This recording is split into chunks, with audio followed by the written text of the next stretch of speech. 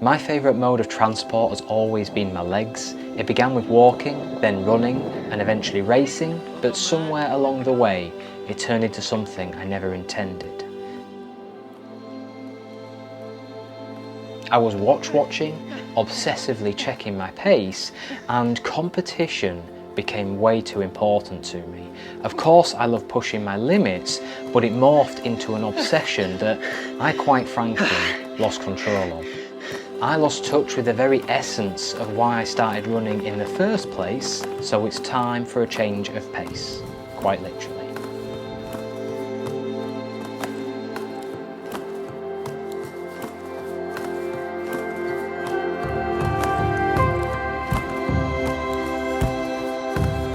Over the next couple of days, we're going to be fast packing 75k of the Cleveland Way, beginning in Helmsley and finishing in Great Ayton, with an overnight stay on the North York Moors in between. But what is fast packing and why are we doing it? It's essentially a faster version of backpacking with an ultra light setup, and it does mean different things for different people.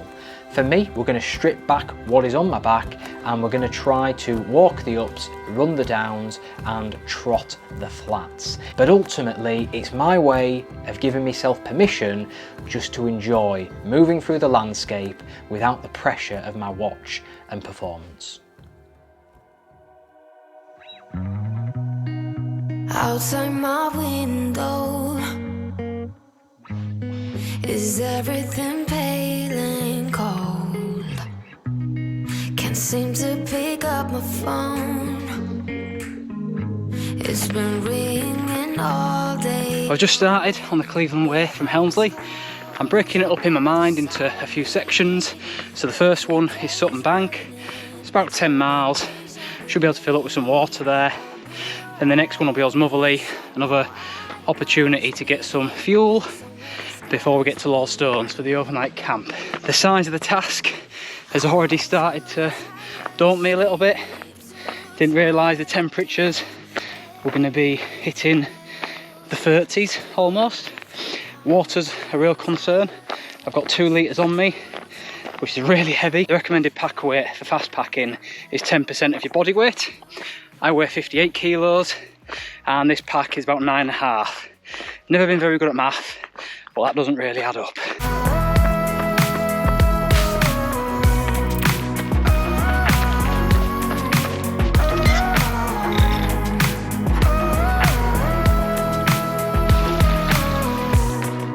Inside my room. On my easier runs, on this type of terrain, I'll probably be going around 9-10 minute miles, maybe even slower. So really, fast packing, I should be going more like 12-13 minute miles, I should think. Not to mention I've got way too much weight on my back. But yeah, instead I'm going like 10.5 minute miles. I just can't get used to that rhythm with my feet. But today's raining, so be patient with me. I'll be right. Somehow I must be somewhere the sky is blue. We're about mile 8 now, and temperatures pushing up towards 28 degrees, but we're just reaching one of the finest views in North Yorkshire. Absolutely stunning out there. Wrist too tired, I'm blue. Can't do nothing else than doing nothing.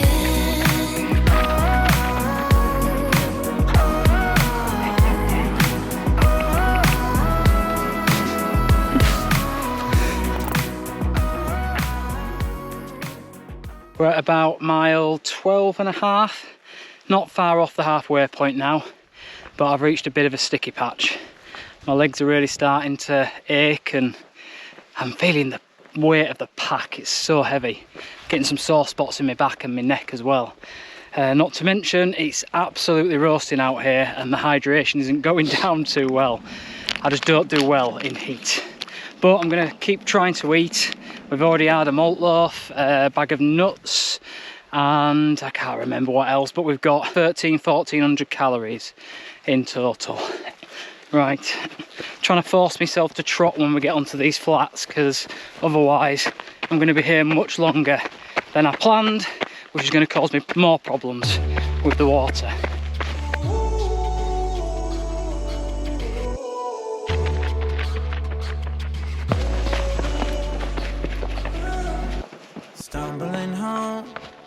We don't know where we're going. Should've turned back hours ago. Out of our minds, I guess we're sleeping outside. You're still a good time, even in the cold. Get out the road, I told you.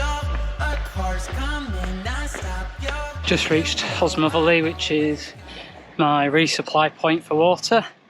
As you can tell, not in a great way. Massively dehydrated. To be honest, we made decent time considering, but the food as well is just sitting in my stomach. Nothing to soak it up. Here's the shop. Fingers crossed it's open and they have water.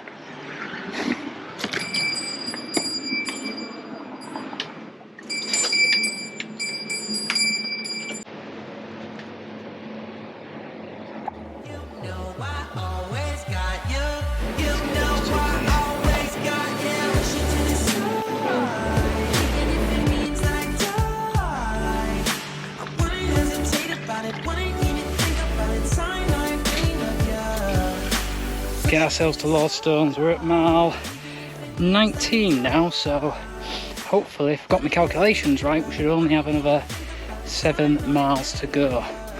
Just need to take it easy for the next mile or two while I get my stomach settled, get some hydration in and get some food. One thing's for sure, it's going to be an uncomfortably hot night.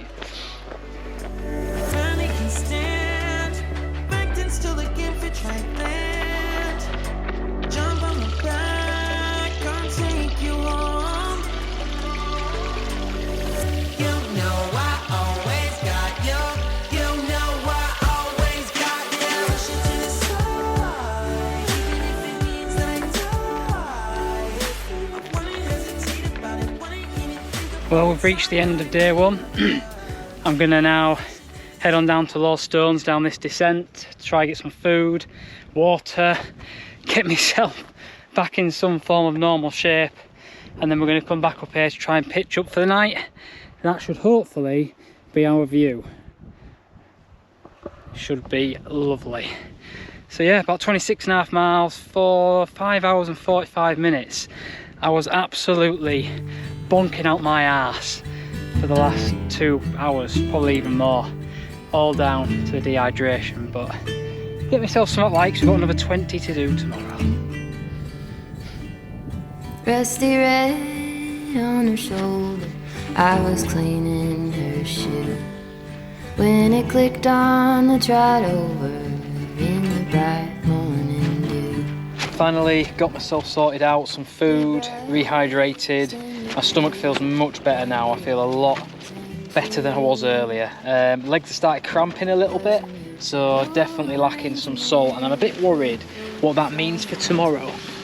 I'll show you around my camp quickly before the sun sets.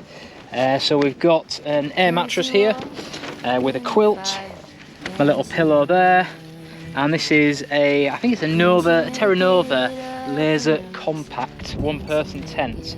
Pretty easy to set up, in fairness, nice and small. We'll see what the night sleep's like. I'm on a bit of a slant here, so I'm a bit worried about that.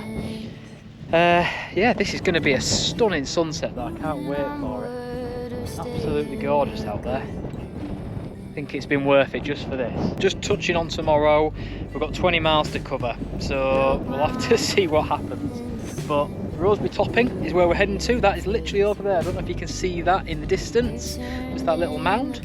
So we're going to be following the Cleveland Way. We've got a lot of big climbs to do.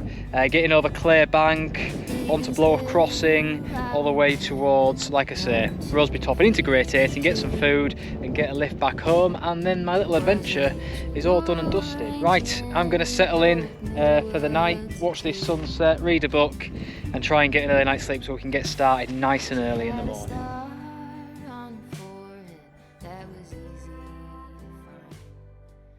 That was probably the worst night's sleep I've ever had. It's now 5:15. Sunrise is in about half an hour, I think, maybe less than that. So I'm going to enjoy my granola out of a bag with no milk because I didn't want the extra weight. Yeah, while I watch the sunrise. Legs feel okay. I'm just exhausted, so I want to get this all packed away, get the day started, and just get this 20 miles done with. Try and enjoy it as best I can. Her alarm goes off and she gets up to watch the morning news. Doesn't work no more, but tells a lot of stories about her youth. Drinks more lately, ain't got pills in many different colors too. Morning light is showing, she moves the chair to look out at her view. But her shop was built right across the street. There we go. That's the first of 4 big climbs for the day done. The next 2 of the climbs are actually coming up right now, so it's going to be a slow start, but I've had to think about yesterday and I think I was still pushing the pace. Even though I was quite slow in general, I had this arbitrary 12-minute mile in my head. I don't know why, stupid, 'cause I'm going to be out here to enjoy it, take my time and just soak it all in. But having gone to sleep with the sunset, woken up with the sunrise, I finally mellowed into what we're actually here for. So today I won't really be looking at my watch, only to see what mile we're at and manage my water. But pace is not going to be a concern whatsoever. Smiles they fade because her daughter only visits once a month. Since she got There it is, family Roseberry of top her in. own, it's kept the two apart. Looks a Used to really have long some way loyal away. visitors, but now the only one is the nurse that helps her move the chair to look out at the sun. Almost 8 mile check-in. We're just on our way to Kildale now. We've done the majority of the big climbs. That was all in the first quarter of it. You can see most of them over there, so a lot of elevation gain. And it has been slow going, but we've got a nice 4 or 5 mile flattish descent to come before we hit Captain Cook's Monument and Roseberry Top Inn. They're the 2 big major climbs at the end. And I found this whole experience very much like running an ultra. Lots of ebbs and flows, ups and downs, both with my mood and my body. My groin was really cramping up last night while setting the tent up, and yet today I'm fine.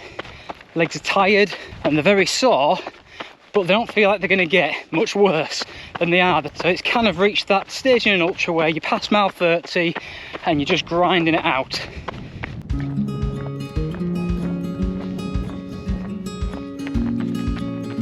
We're nearly in Kildale, just at the bottom of this descent, pushing on towards 12 miles now, and everything hurts.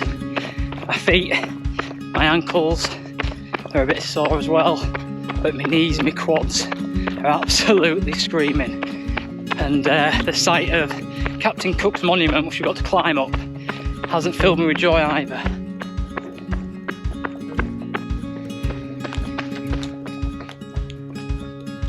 Well, according to my Garmin, we've officially started on one of the biggest climbs on the whole course up to Captain Cook's Monument, with a quick descent up to Roseberry Top Inn and then back into Great Ayton. We're on mile 13 and a half, so making decent progress. Legs aren't too bad, stomach's just a bit jippy because this belt is really putting a lot of pressure on it and it's warm as hell.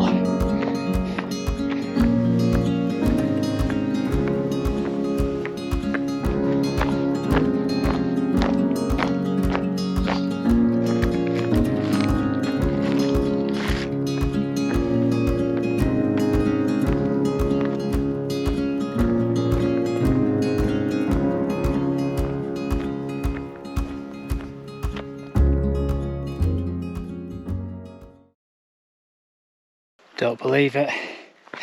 We've literally 4.5 miles to go. I just completely decked it. Don't even know how I managed that. So pissed off. It's the freaking knee again as well.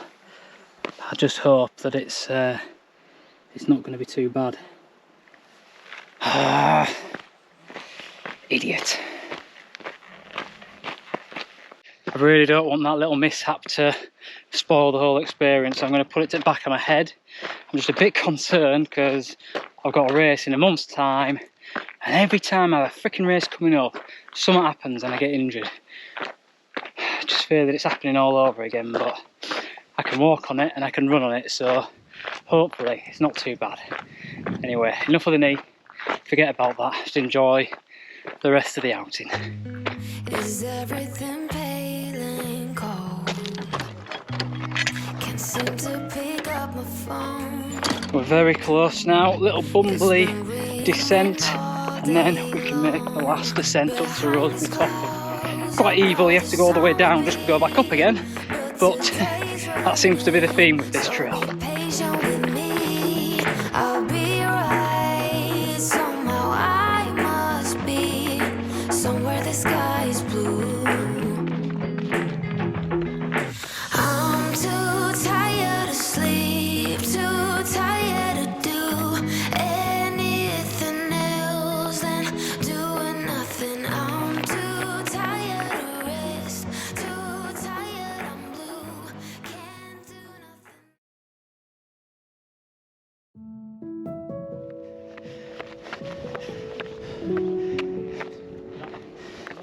This whole experience was about change, a change of pace, scenery, and stepping outside of my comfort zone.